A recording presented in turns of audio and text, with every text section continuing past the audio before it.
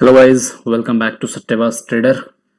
और एक और दिन मार्केट में जिसमें मुझे कंटिन्यू एक लूजिंग स्ट्रीक चल रहा है मेरा। ऑलमोस्ट आज तीसरा दिन है जो मेरा लॉस बुक हुआ है।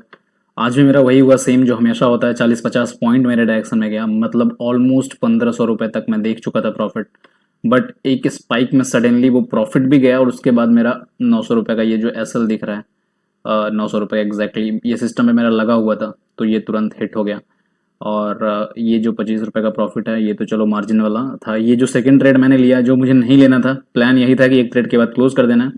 बट सेकंड ट्रेड ऐसे ही रैंडमली मैंने थोड़ी देर के लिए ग्राफ ओपन किया तो मुझे ऐसे दिख रहा था कि बस ये निकलने वाला है।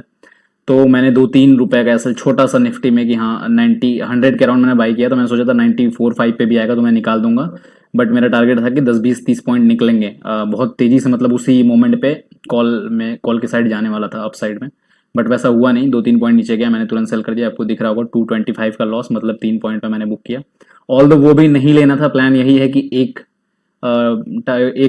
ट्रेड के बाद दूसरा नहीं लेना है। बट वही है ना कि इतना ज़्यादा होता नहीं है, कभी कभी जब लूजिंग स्ट्रीक चल रहा होता है तो ये कंटिन्यू करना बड़ा टफ हो जाता है। और ऑल अगर मैं जीत रहा होता, मतलब पैसे कमा रहा होता, पैसे बन रहे होते हैं, ये सारा ग्रीन में दिखता है 2-3 दिन, तो कोई फर्क नहीं पड़ता है। फिर तो एक ट्रेड के बाद लेने का दूसरा मन भी नहीं करता है, ज़रूरत भी फील नहीं होती है, क्योंकि मैं बड़ा टारगेट की तरफ ही देखता हूँ। अगर मैं थोड़ा बहुत 700-800-500 देखता तो ऑलमोस्ट 2 दिन मतलब निकल ही जा रहा है। बट उसके बाद भी मैं जैसे आज 1500 तक दिखा, बड़े टारगेट के लिए मैं गया पर हुआ नहीं।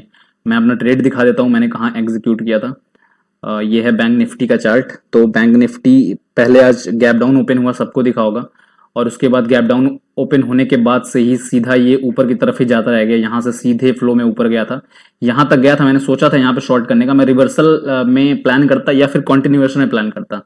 अगर कॉन्टिन्यूएशन में प्लान करता तो कहीं ना कहीं एक इसको पॉज लेना था। ये 3 मिनट का कैंडल था, बट ये 3 मिनट के कैंडल पर भी कंटिन्यू ग्रीन ग्रीन ग्रीन बनाया जा रहा था। मैंने वेट किया कि एक कोई हल्का सा छोटा सा रेड बनाया, उसके बाद ग्रीन बनाया तो मैं एंटर करूं, बट ऐसा कुछ हुआ नहीं। तो फिर यहाँ फाइनल रिवर्सल दिखा, बट ये रिवर्सल भी बहुत बड़ा बना, मतलब एक ही कैंडल में देख रहा होगा आपको, इतना बड़ा रिवर्सल दे दिया।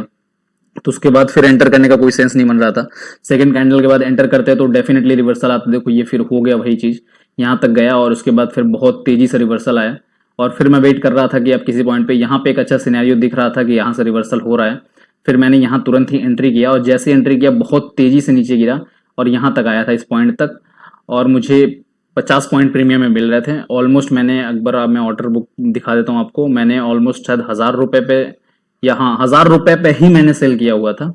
बट ये एग्जीक्यूट होते होते ना, बहुत एग्जीक्यूट होते क्या, मैंने मार्केट ऑर्डर पे एग्जीक्यूट किया तो इतना तेजी से स्पाइक आया था कि मैंने 1000 रुपये पे लगाया हुआ था और वो बुक हुआ मेरा 975 पे, मतलब 20-22 पॉइंट नीचे। तो ऑलरेडी मेरा ऑर्डर ही गया, उसके बाद भी मुझे प्रॉफिट दिख रहा था क्योंकि ये बहुत अच्छा नीचे गया था, 940 के अराउंड तक गया था, 930-40 तक, बहुत तेजी से डाउन फाइट जा रहा था। तो अब मेरा जो एसएल होना चाहिए था 1013 पे, मतलब 1030 पे एसएल होता अगर मैं 1000 पे सेल करता तो।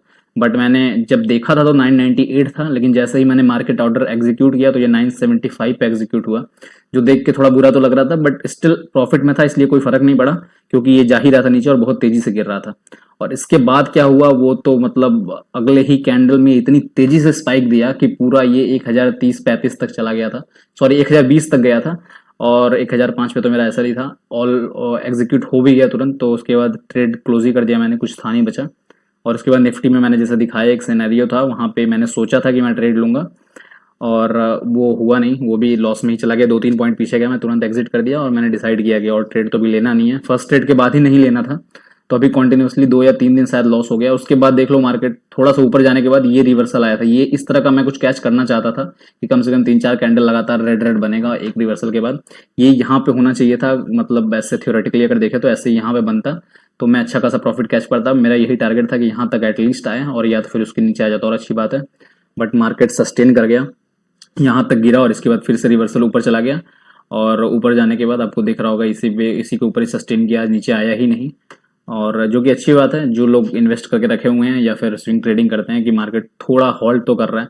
बट पॉइंट यही है कि गैप डाउन अगर खुलता रहेगा तो इसका मतलब ये है कि अभी भी निगेटिव सेंटिमेंट बना हुआ है, क्योंकि गैप डाउन खुलने का यही मतलब है कि मार्केट ओपन होने से पहले ही लोग अपना पोर्टफोलियो जो इन्वेस्टेड मनी है वो निकाल रहे हैं या मार्केट को शॉर्ट कर रहे हैं, इसीलिए वो लगातार गैप डाउन पे गैप डाउन खुल रहा है।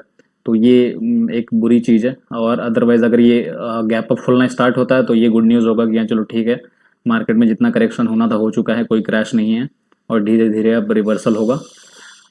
उसके बाद पीएनएल की बात कर लेते हैं एक बार। बहुत अच्छा पीएनएल तो नहीं है, जब रेगुलरली लॉस ही होता जा रहा है तो फिर कैसे ग्रो करेगा।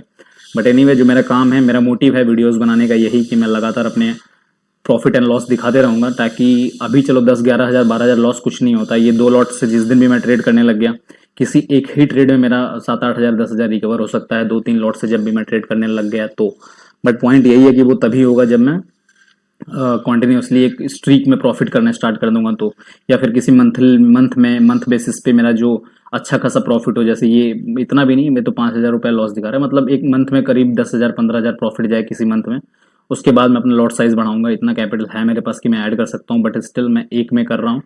पहले प्रॉफिटेबल बने रहना है एक बार, मतलब बनाना है खुद को, उसके बाद देखेंगे क्या कर सकते हैं। ओवरऑल देख रहा होगा आपको 10,000 ये लॉस है अभी तक, और ये आज का 1100 ऐड करने के बाद 11,000 भी पहुंच जाएगा।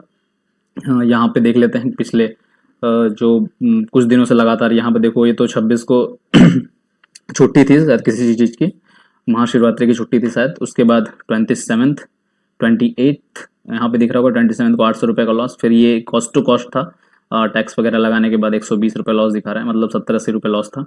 और उसके बाद यहाँ पे फिर लॉस था 800 का कल, और आज यहाँ पे फिर 1100 लॉस है। तो ऑलमोस्ट 3-4 दिन से लॉस ही लॉस चल रहा है। और उसके पहले कुछ अच्छे प्रॉफिट्स चल रहे थे इस मंथ पूरा, ये दिख रहा होगा यहाँ से मेरा अच्छा खासा 14 फरवरी से बहुत अच्छा विनिंग स्ट्रीक स्टार्ट हुआ था। और जितना यहाँ 13 तक पूरे मंथ का लॉस था, मतलब ऑलमोस्ट 7,500 तक, वो सारा रिकवर हो चुका था और एक बहुत अच्छे प्रॉफिट में चल रहा था मैं।